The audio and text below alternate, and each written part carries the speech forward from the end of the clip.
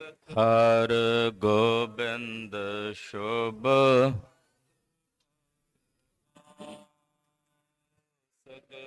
ਸ਼੍ਰੀ ਹਰਿ ਰਾਏ।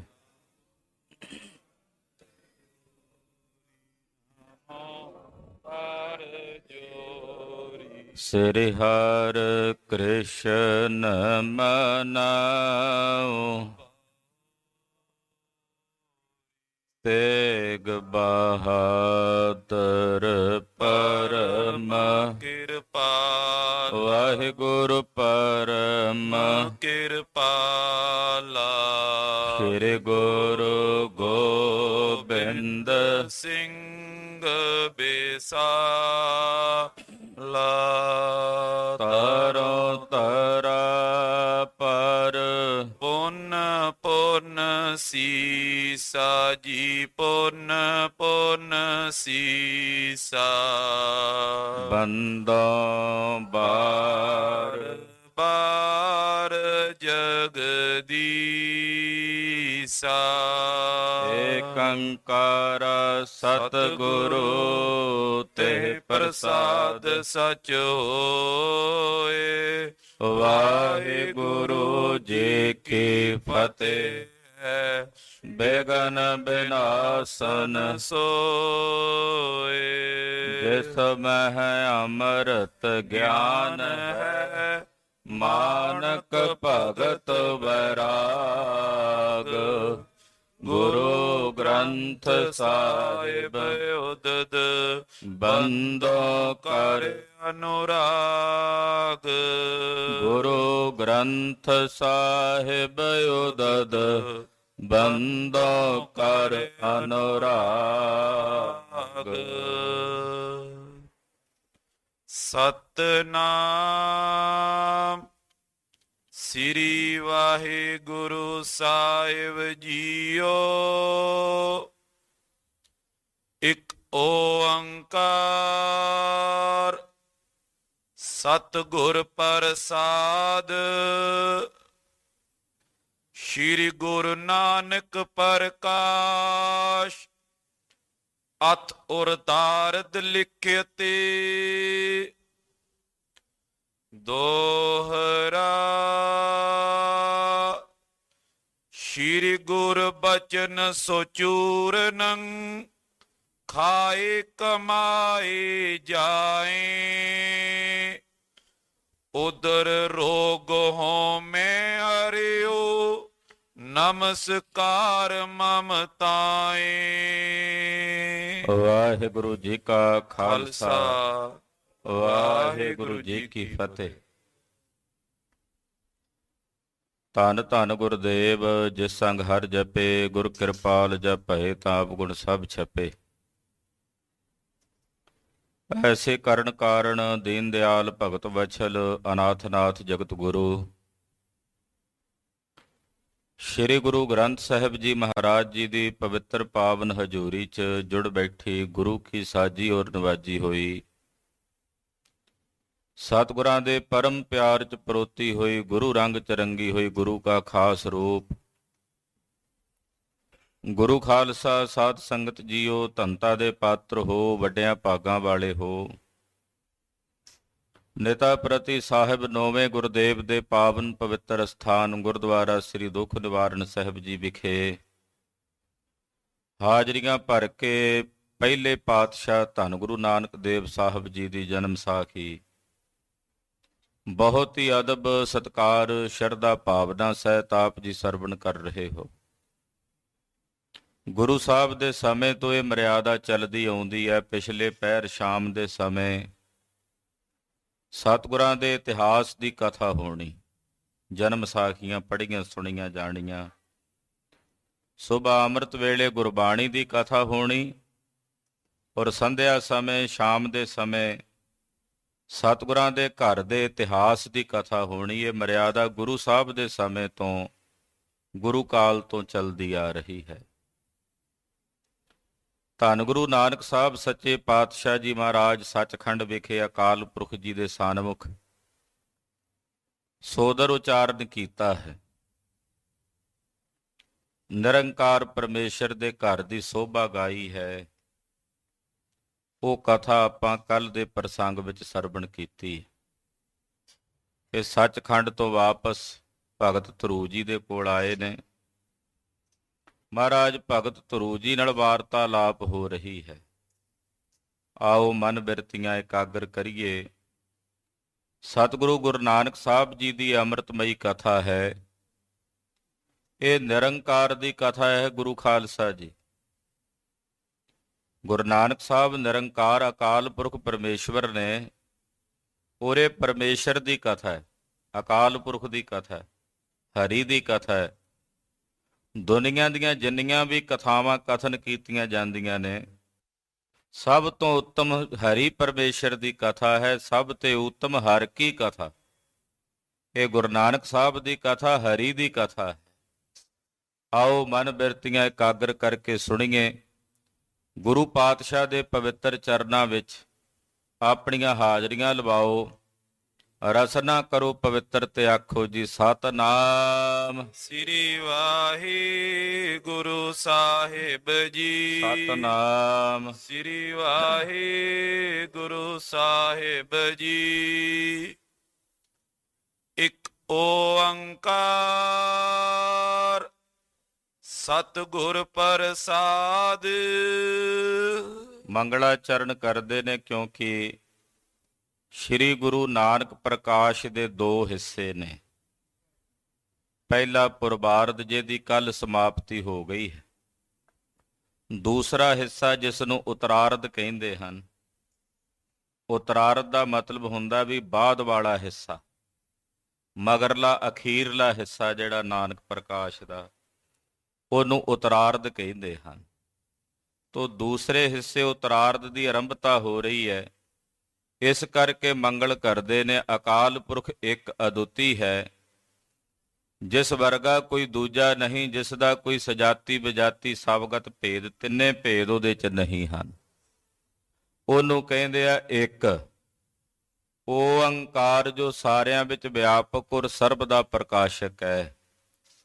ਸਤਿਗੁਰਾਂ ਦੀ ਕਿਰਪਾ ਦੁਆਰਾ ਤਿਸ ਪਾਰ ਬ੍ਰਹਮ ਪਰਮੇਸ਼ਰ ਦੇ ਸਰੂਪ ਦੀ ਪ੍ਰਾਪਤੀ ਹੁੰਦੀ ਹੈ।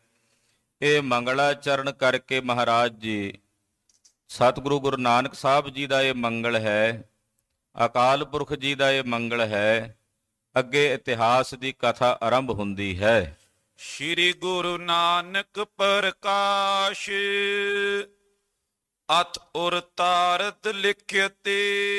ਗੁਰੂ ਨਾਨਕ ਪ੍ਰਕਾਸ਼ ਇਸ ਗ੍ਰੰਥ ਦਾ ਨਾਮ ਹੈ। ਔਰ ਅਥ ਉਤਰਾਰਧ ਲਿਖਿਆ ਤੇ, ਉਤਰਾਰਧ ਦਾ ਮਤਲਬ ਹੁੰਦਾ ਵੀ ਅਖੀਰਲਾ ਪੱਖ, ਅਖੀਰਲਾ ਹਿੱਸਾ, ਬਾਅਦ ਵਾਲਾ ਦੂਸਰਾ ਹਿੱਸਾ। ਗੁਰੂ ਨਾਨਕ ਪ੍ਰਕਾਸ਼ ਦਾ ਮਹਾਂਕਵੀ ਜੀ ਕਹਿੰਦੇ ਅਸੀਂ ਲਿਖਦੇ ਹਾਂ, ਪਹਿਲਾਂ ਗੁਰੂ ਸਾਹਿਬ ਦੇ ਚਰਨਾਂ ਦਾ ਮੰਗਲ ਕਰਦੇ ਹਨ।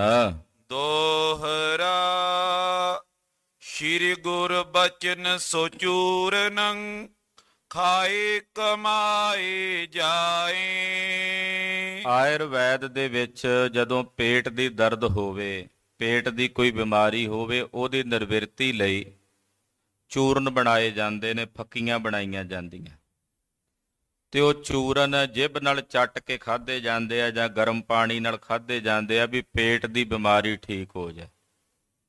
ਇਸ ਕਰਕੇ ਇੱਥੇ ਚੂਰਨ ਸ਼ਬਦ ਦੀ ਵਰਤੋਂ ਕੀਤੀ। ਐਲੋਪੈਥੀ ਵਿੱਚ ਅੱਜ ਕੱਲ੍ਹ ਅਨੇਕ ਪ੍ਰਕਾਰ ਦੀਆਂ ਗੋਲੀਆਂ ਨੇ, ਤੇ ਆਯੁਰਵੈਦ ਦੇ ਵਿੱਚ ਪੇਟ ਦੀ ਬਿਮਾਰੀ ਵਾਸਤੇ ਬਹੁਤੇ ਚੂਰਨ ਬਣਾਏ ਜਾਂਦੇ ਸੀ। ਤੋ ਮਹਾਂਕਵੀ ਜੀ ਕਹਿੰਦੇ ਗੁਰੂ ਨਾਨਕ ਸਾਹਿਬ ਦੇ ਜਿਹੜੇ ਬਚਨ ਨੇ ਨਾ, ਇਹ ਨੇ ਚੂਰਨ ਦੇ ਸਮਾਨ। ਹੁਣ ਉਹ ਚੂਰਨ ਖਾਧਾ ਜਾਂਦਾ, ਤੇ ਗੁਰੂ ਨਾਨਕ ਸਾਹਿਬ ਦੇ ਜਿਹੜੇ ਬਚਨ ਚੂਰਨ ਦੇ ਸਮਾਨ ਨੇ, ਇਹ ਕਿਵੇਂ ਖਾਧੇ ਜਾਂਦੇ ਆ?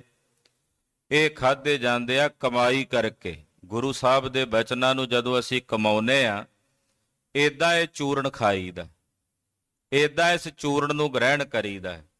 ਗੁਰੂ ਕੇ ਬਚਨ ਕਮਾਉਣੇ ਹਨ। ਹਾਂਜੀ। ਉਦਰ ਰੋਗ ਹੋਮੇ ਹਰਿਓ ਨਮਸਕਾਰ ਮਮਤਾਏ। ਜਿਨ੍ਹਾਂ ਨੇ ਗੁਰੂ ਕੇ ਬਚਨਾਂ ਨੂੰ ਕਮਾਇਆ, ਇਹ ਚੂਰਨ ਖਾਧਾ, ਉਹਨਾਂ ਦੇ ਪੇਟ ਦੇ ਵਿੱਚ ਜਿਹੜਾ ਹਉਮੈ ਦਾ ਰੋਗ ਸੀ, ਉਹ ਰੋਗ ਦੂਰ ਹੋ ਗਿਆ। ਤੇ ਜਿਨ੍ਹਾਂ ਦੇ ਅੰਦਰੋਂ ਹਉਮੈ ਦਾ ਰੋਗ ਦੂਰ ਹੋਇਆ, ਮਾਂ ਕਵੀ ਜੀ ਕਹਿੰਦੇ ਇਹੋ ਜਿਹੇ ਗੁਰਮੁਖਾਂ ਨੂੰ ਮੇਰੀ ਨਮਾਮ ਹੈ, ਮੇਰੀ ਨਮਸਕਾਰ ਹੈ। ਨਮਸਕਾਰ ਮਮ ਤਾਹੇ ਮੇਰੀ ਉਹਨਾਂ ਨੂੰ ਨਮਸਕਾਰ ਹੈ ਜਿਨ੍ਹਾਂ ਨੇ ਹਉਮੈ ਛੱਡ ਦਿੱਤੀ ਹੈ। ਗੁਰੂ ਕੇ ਬਚਨ ਕਮਾ ਕੇ ਜਿਨ੍ਹਾਂ ਹਉਮੈ ਦਾ ਤਿਆਗ ਕਰ ਦਿੱਤਾ, ਗੁਰ ਕੇ ਬਚਨ ਜਿਨ੍ਹਾਂ ਨੇ ਕਮਾ ਲਏ ਨੇ। ਸਤਿਗੁਰ ਸ਼ਬਦ ਕਮਾਏ ਜਿਨ, ਸਤਿਗੁਰ ਸ਼ਬਦ ਕਮਾਏ ਜਿਨ ਜੀਤੇ ਪੰਚ ਬਿਕਾਰ। ਤਿਹ ਸੰਤਨ ਕੋ ਵੰਦਨਾ ਸਿਰ ਚਰਨਨ ਪਰ ਧਾਰ। ਗੁਰੂ ਕੇ ਬਚਨ ਜਿਨ੍ਹਾਂ ਮਹਾਂਪੁਰਸ਼ਾਂ, ਜਿਨ੍ਹਾਂ ਗੁਰਸਿੱਖਾਂ, ਜਿਨ੍ਹਾਂ ਗੁਰਮੁਖਾਂ ਕਮਾਏ ਨੇ, ਜਿਨ੍ਹਾਂ ਨੇ ਆਪਣੇ ਹਿਰਦੇ ਚੋਂ ਹਉਮੈ ਦਾ ਰੋਗ ਕੱਢ ਕੇ ਤਿਆਗ ਦਿੱਤਾ ਹੈ, ਜਿਹੜੇ ਨਿਮਰਤਾ ਹਲੀਮੀ ਸਹਿਤ ਹਿਰਦੇ ਵਿੱਚ ਨਿਰਮਾਣਤਾ ਸਹਿਤ ਹੋ ਗਏ ਨੇ, ਇਹੋ ਜਿਹੇ ਗੁਰਮੁਖਾਂ ਨੂੰ, ਇਹੋ ਜਿਹੇ ਗੁਰਸਿੱਖਾਂ ਨੂੰ, ਇਹੋ ਜਿਹੇ ਸੰਤ ਜਨਾਂ ਨੂੰ ਮੇਰੀ ਸੀਸ ਧਰ ਕੇ, ਚਰਨਾਂ ਤੇ ਸੀਸ ਧਰ ਕੇ ਨਮਸਕਾਰ ਹੈ, ਬੰਦਨਾ ਹੈ। ਸਵਈਆ ਸੇਤੁ ਰਚਿਓ ਜਗ ਸਾਗਰ ਕੋ, ਸਭ ਖੰਡ ਪਖੰਡਨ ਸ਼ੋਰ ਸ਼ਰਾਬਾ। ਧੰਨ ਗੁਰੂ ਨਾਨਕ ਸਾਹਿਬ ਸੱਚੇ ਪਾਤਸ਼ਾਹ ਜੀ ਨੇ ਇਸ ਜਗਤ ਰੂਪੀ ਸਮੁੰਦਰ ਤੋਂ ਤਰਨ ਵਾਸਤੇ ਨਾਮ ਤੇ ਭਗਤੀ ਦਾ ਪੁਲ ਬਣਾ ਦਿੱਤਾ ਹੈ। ਇਹ ਸੰਸਾਰ ਸਮੁੰਦਰ ਹੈ ਤੇ ਸਮੁੰਦਰ ਤੋਂ ਪਾਰ ਉਤਰਨ ਵਾਸਤੇ ਪੁਲ ਬਣਾਇਆ ਪਰਮੇਸ਼ਰ ਦੇ ਭਜਨ ਦਾ, ਅਕਾਲ ਪੁਰਖ ਦੀ ਬੰਦਗੀ ਦਾ। ਇਹ ਜਿਹੜੀ ਗੁਰਬਾਣੀ ਹੈ ਇਹ ਪੁਲ ਹੈ, ਇਹ ਸੰਸਾਰ ਸਮੁੰਦਰ ਦੇ ਉੱਤੇ ਬਣਾਇਆ ਹੋਇਆ। ਖੰਡ ਪਖੰਡਨ ਸ਼ੋਰ ਸ਼ਰਾਬਾ, ਜਿਹੜਾ ਸ਼ੋਰ ਸ਼ਰਾਬਾ ਸੰਸਾਰ ਦੇ ਵਿੱਚ ਪਖੰਡਾਂ ਦਾ ਪਿਆ ਹੋਇਆ ਨਾ, ਕਿਉਂਕਿ ਪਖੰਡ ਦਾ ਬੜਾ ਸ਼ੋਰ ਸ਼ਰਾਬਾ ਹੁੰਦਾ। ਜਿੱਥੇ ਪਖੰਡ ਹੁੰਦਾ ਨਾ ਉੱਥੇ ਬੜੀ ਦੁਨੀਆ ਇਕੱਠੀ ਹੋ ਜਾਂਦੀ ਹੈ। ਜਿੱਥੇ ਪਖੰਡ ਹੁੰਦਾ ਉੱਥੇ ਲੋਕ ਵਹੀਰਾਂ ਘੱਤ ਘੱਤ ਕੇ ਪਹੁੰਚਦੇ ਆ, ਕਿਉਂਕਿ ਜਿੱਥੇ ਪਖੰਡ ਹੋਵੇਗਾ ਉੱਥੇ ਸ਼ੋਰ ਸ਼ਰਾਬਾ ਹੋਵੇਗਾ ਹੀ ਹੋਵੇਗਾ। ਇਹ ਸੁਭਾਵਕ ਹੈ, ਕਲੀ ਕਾਲ ਦੀ ਖੇਡ ਹੈ। ਸਤਿਗੁਰੂ ਗੁਰੂ ਨਾਨਕ ਸਾਹਿਬ ਨੇ ਆ ਜਿਹੜਾ ਪਖੰਡ ਦਾ ਸ਼ੋਰ ਸ਼ਰਾਬਾ ਇਹਨੂੰ ਖੰਡ ਦਿੱਤਾ ਹੈ, ਪਖੰਡ ਨੂੰ ਖੰਡ ਕੇ ਦੂਰ ਕਰ ਦਿੱਤਾ ਹੈ, ਔਰ ਇਹ ਸੰਸਾਰ ਸਮੁੰਦਰ ਤੋਂ ਤਰਨ ਵਾਸਤੇ ਪੁਲ ਬਣਾ ਦਿੱਤਾ ਹੈ। ਕੀਰਤ ਗਾਏ ਸੋਨੇ ਪ੍ਰਭੂ ਕੀ, ਤਨ ਅਹੰ ਤਜੀਏ ਲਖ ਰੰਗ ਸ਼ਾਹਬਾ। ਜਿਹੜੇ ਆਪਣੇ ਪ੍ਰਭੂ ਅਕਾਲ ਪੁਰਖ ਪਰਮੇਸ਼ਰ ਦੀ ਕੀਰਤੀ ਨੂੰ ਗਾਉਂਦੇ ਐ, ਜਾਂ ਫਿਰ ਅਕਾਲ ਪੁਰਖ ਜੀ ਦੀ ਕੀਰਤੀ ਨੂੰ ਸੁਣਦੇ ਐ। ਗਾਉਣਾ ਤੇ ਸੁਣਨਾ, ਜਿਹੜਾ ਗਾ ਸਕਦਾ ਉਹ ਗਾਵੇ, ਨਹੀਂ ਗਾ ਸਕਦਾ ਤੇ ਜਿਹੜੇ ਗਾਉਂਦੇ ਆ ਉਹਨਾਂ ਕੋਲ ਬਹਿ ਕੇ ਸੁਣੇ। ਪਰਮੇਸ਼ਰ ਦੀ ਕੀਰਤੀ ਨੂੰ ਜਿਹੜੇ ਗਾਉਂਦੇ ਨੇ ਔਰ ਫਿਰ ਸੁਣਦੇ ਨੇ, ਉਹ ਆਪਣੇ ਹਿਰਦੇ ਚੋਂ ਹਉਮੈ ਨੂੰ ਛੱਡ ਦਿੰਦੇ। ਤਨ ਹੰਗ ਤਜੀ, ਸਰੀਰ ਦੇ ਅੰਦਰ ਜਿਹੜੀ ਤਨ ਦੀ ਹੰਗਤਾ ਹੈ, ਹਉਮੈ ਹੈ, ਉਹਨੂੰ ਉਹ ਛੱਡ ਦਿੰਦੇ ਆ। ਲਖ ਰੰਗ ਸਹਾਬਾ, ਸਹਾਬਾ ਕਹਿੰਦੇ ਆ ਵੀ ਆ ਜਿਹੜਾ ਸੂਹਾ ਜਿਹਾ ਰੰਗ ਨਹੀਂ ਹੁੰਦਾ, ਜਿਹਨੂੰ ਆਪਾਂ ਕਹਿ ਦਿੰਦੇ ਆ ਕਸੁੰਬੇ ਦਾ ਰੰਗ, ਕਹਿੰਦੇ ਸੰਸਾਰ ਦੇ ਰੰਗਾਂ ਨੂੰ ਉਹ ਕਸੁੰਬੇ ਦਾ ਰੰਗ ਜਾਣ ਕੇ ਤਿਆਗ ਦਿੰਦੇ ਨੇ, ਛੱਡ ਦਿੰਦੇ ਨੇ। ਤਨ ਦੀ ਹੰਗਤਾ ਨੂੰ ਇਉਂ ਛੱਡਦੇ ਨੇ ਜਿਵੇਂ ਕਸੁੰਬੇ ਦਾ ਰੰਗ ਛੱਡ ਦੇਈਦਾ ਹੈ। ਰੰਗ ਤਨੀ ਦੁਖ ਪਾਰ ਪਰੇ, ਅਵਲੋਕਤ ਹੈ ਨਿਜ ਰੂਪੇ ਆਜਾਬਾ। ਭਾਵੇਂ ਕੋਈ ਗਰੀਬੜਾ ਤੇ ਭਾਵੇਂ ਕੋਈ ਧਨੀ ਹੈ, ਗੁਰੂ ਨਾਨਕ ਸਾਹਿਬ ਦੇ ਚਰਨਾਂ 'ਚ ਜਿਹੜਾ ਵੀ ਆ ਗਿਆ, ਭਾਵੇਂ ਉਹ ਗਰੀਬ ਹੈ ਤੇ ਭਾਵੇਂ ਅਮੀਰ ਹੈ ਦੁਨਿਆਵੀ ਤੌਰ ਤੇ, ਰੰਗ ਹੋਵੇ ਭਾਵੇਂ ਧਨੀ ਹੋਵੇ, ਰਾਜਾ ਹੋਵੇ ਭਾਵੇਂ ਭਿਖਾਰੀ ਹੋਵੇ, ਜਿਹੜਾ ਜਿਹੜਾ ਗੁਰੂ ਨਾਨਕ ਸਾਹਿਬ ਦੀ ਸ਼ਰਨ 'ਚ ਆ ਜੀ ਦੇ ਦਰਸ਼ਨ ਕਰਦਾ, ਉਹ ਆਪਣੇ ਅਜਬ ਸਵਰੂਪ ਨੂੰ ਵੇਖ ਕੇ ਸੰਸਾਰ ਤੋਂ ਪਾਰ ਉਤਰ ਜਾਂਦਾ ਹੈ। ਕੋਈ ਹੋਵੇ, ਸ਼ਰਤ ਨਹੀਂ ਧਨੀ ਹੋਵੇ। ਮਹਾਰਾਜ ਜੀ ਕਹਿੰਦੇ ਮਾਂ ਕਵੀ ਜੀ, ਭਾਵੇਂ ਉਹ ਰੰਕ ਹੋਵੇ ਤੇ ਭਾਵੇਂ ਧਨੀ ਹੋਵੇ, ਜਿਹੜਾ ਆ ਕੇ ਸਤਿਗੁਰੂ ਜੀ ਦੀ ਕੀਰਤੀ ਸੁਣਦਾ, ਮਹਾਰਾਜ ਜੀ ਦੇ ਦਰਸ਼ਨ ਕਰਦਾ, ਉਹ ਇਸ ਸੰਸਾਰ ਸਮੁੰਦਰ ਤੋਂ, ਦੁੱਖ ਸਾਗਰ ਤੋਂ ਪਾਰ ਹੋ ਕੇ ਆਪਣੇ ਵਿਸਮਾਦ ਸਵਰੂਪ ਨੂੰ ਵੇਖ ਲੈਂਦੇ ਹਨ। ਦੇਵਨ ਦੇਵ ਸਦਾ ਪਦ ਸੇਵੋ, ਜ਼ਾਹਰ ਪੀਰ ਗੁਰੂ ਜਗ ਬਾਬਾ। ਭਾਈ ਸਾਹਿਬ ਭਾਈ ਗੁਰਦਾਸ ਸਾਹਿਬ ਜੀ ਨੇ ਜੋ ਆਪਣੀਆਂ ਵਾਰਾਂ 'ਚ ਪੰਕਤੀ ਲਿਖੀ ਹੈ ਨਾ, ਜ਼ਾਹਰ ਪੀਰ ਜਗਤ ਗੁਰ ਬਾਬਾ, ਉਹਦੀ ਵਿਆਖਿਆ ਮਹਾਂਕਵੀ ਜੀ ਨੇ ਇੱਥੇ ਕੀਤੀ। ਕਹਿੰਦੇ ਦੇਵਾਂ ਦੇ ਦੇਵ, ਦੇਵਨ ਦੇਵ, ਦੇਵਾਂ ਦੇ ਦੇਵ, ਜਗਤ ਦੇ ਗੁਰੂ, ਜ਼ਾਹਰ ਕਲਾ ਦੇ ਮਾਲਕ ਸ੍ਰੀ ਗੁਰੂ ਨਾਨਕ ਦੇਵ ਸਾਹਿਬ ਜੀ ਦੇ ਚਰਨਾਂ ਨੂੰ ਸਦਾ ਸੇਵੋ, ਗੁਰੂ ਨਾਨਕ ਸਾਹਿਬ ਦੇ ਚਰਨਾਂ ਨੂੰ ਸਦਾ ਅਰਾਧੋ। ਦੇਵਨ ਦੇਵ ਸਦਾ ਪਦ ਸੇਵੋ, ਜ਼ਾਹਰ ਪੀਰ ਗੁਰੂ ਜਗ ਬਾਬਾ। ਜਿਹੜੇ ਜ਼ਾਹਰ ਪੀਰ ਨੇ, ਜਗਤ ਦੇ ਗੁਰੂ ਨੇ, ਵੱਡੇ ਨੇ, ਦੇਵਾਂ ਦੇ ਦੇਵ ਅਧਿ ਦੇਵ ਨੇ, ਐਸੇ ਗੁਰੂ ਨਾਨਕ ਸਾਹਿਬ ਦੇ ਚਰਨਾਂ ਨੂੰ ਸੇਵੋ, ਐਸੇ ਗੁਰੂ ਨਾਨਕ ਸਾਹਿਬ ਦੇ ਚਰਨਾਂ ਨੂੰ ਧਿਆਵੋ। ਕਲਗੀਧਰ ਸੁਆਮੀ ਜੀ ਲਿਖਦੇ ਐ, ਤਵਕ ਚਰਨ ਰਤਯੰ, ਤਵਕ ਚਰਨ ਰਤਯੰ। ਮਹਾਰਾਜ, ਮੈਂ ਤੁਹਾਡੇ ਚਰਨਾਂ ਦੇ ਪ੍ਰੇਮ ਰੰਗ ਵਿੱਚ ਰਤਿਆ ਗਿਆ। ਤਵਕ, ਤਵਕ ਦਾ ਮਤਲਬ ਤੁਹਾਡੇ, ਤੁਹਾਡੇ ਚਰਨ ਕਮਲਾਂ ਦੇ ਪ੍ਰੇਮ ਰੰਗ ਵਿੱਚ ਮੈਂ ਰੰਗਿਆ ਗਿਆ। ਗੁਰੂ ਨਾਨਕ ਸਾਹਿਬ ਦੇ ਚਰਨਾਂ ਵਾਲੀ ਮੌਜ ਖਾਲਸਾ ਜੀ ਲੋਕ ਪਰਲੋਕ ਦੋਹਾਂ ਜਹਾਨਾਂ 'ਚ ਨਹੀਂ ਲੱਭਦੀ, ਇਦਾਂ ਕਹਿ ਸਕਦੇ। ਨਾ ਮੁਕਤੀ ਉਹਦੇ ਬਰਾਬਰ, ਨਾ ਸੰਸਾਰ ਦਾ ਰਾਜ ਉਹਦੇ ਬਰਾਬਰ।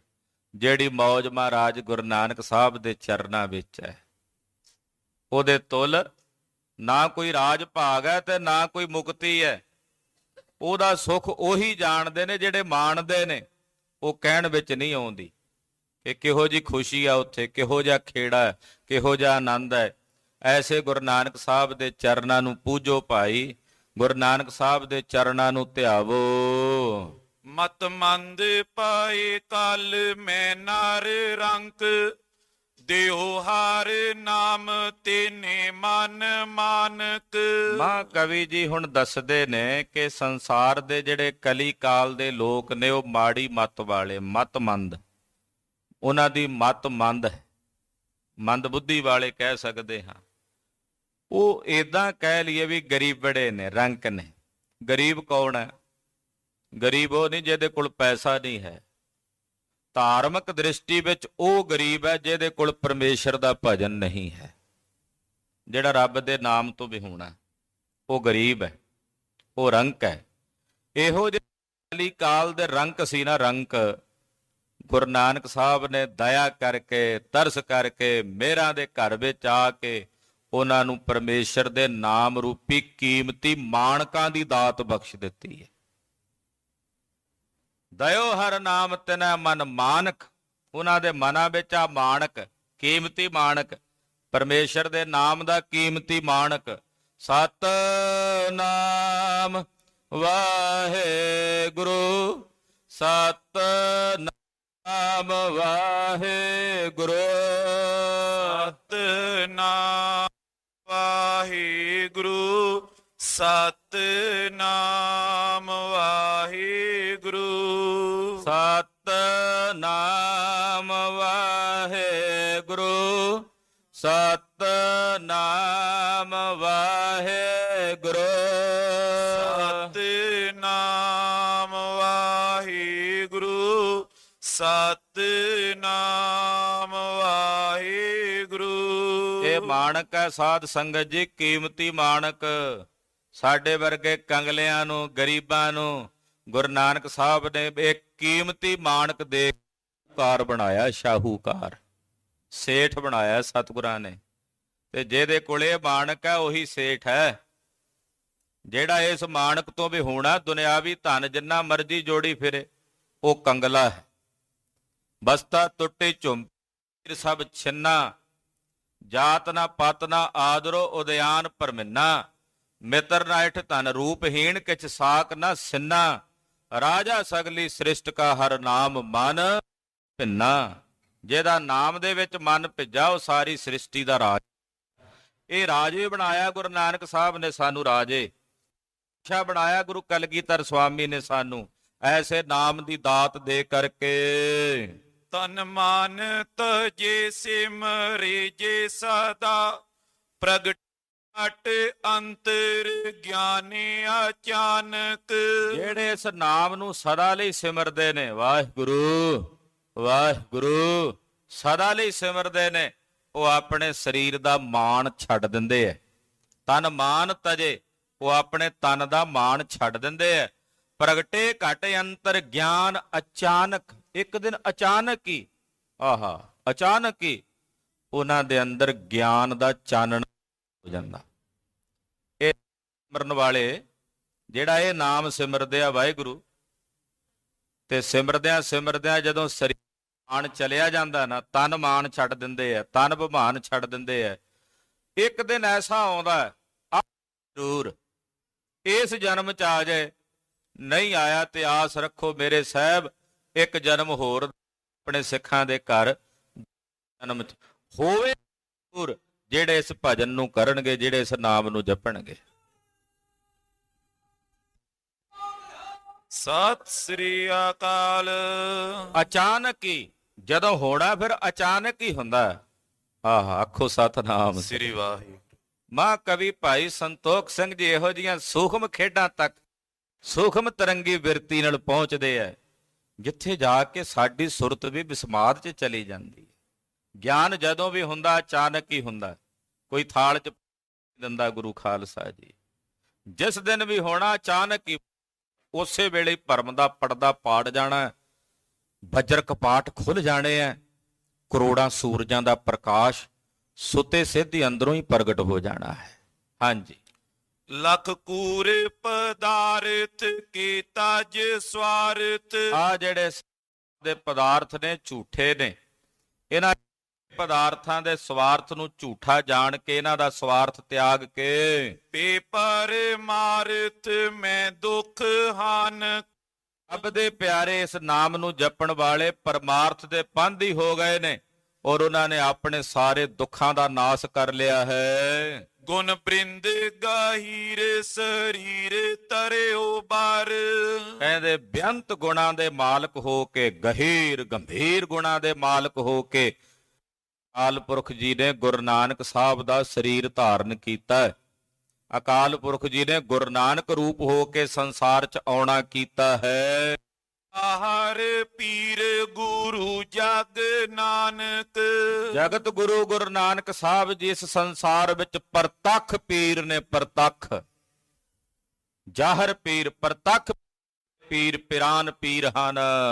ਚੌਪਈ ਸ਼੍ਰੀ ਕਰਤਾ ਪੁਰਖ ਦੁਖ ਗੰਜਨ।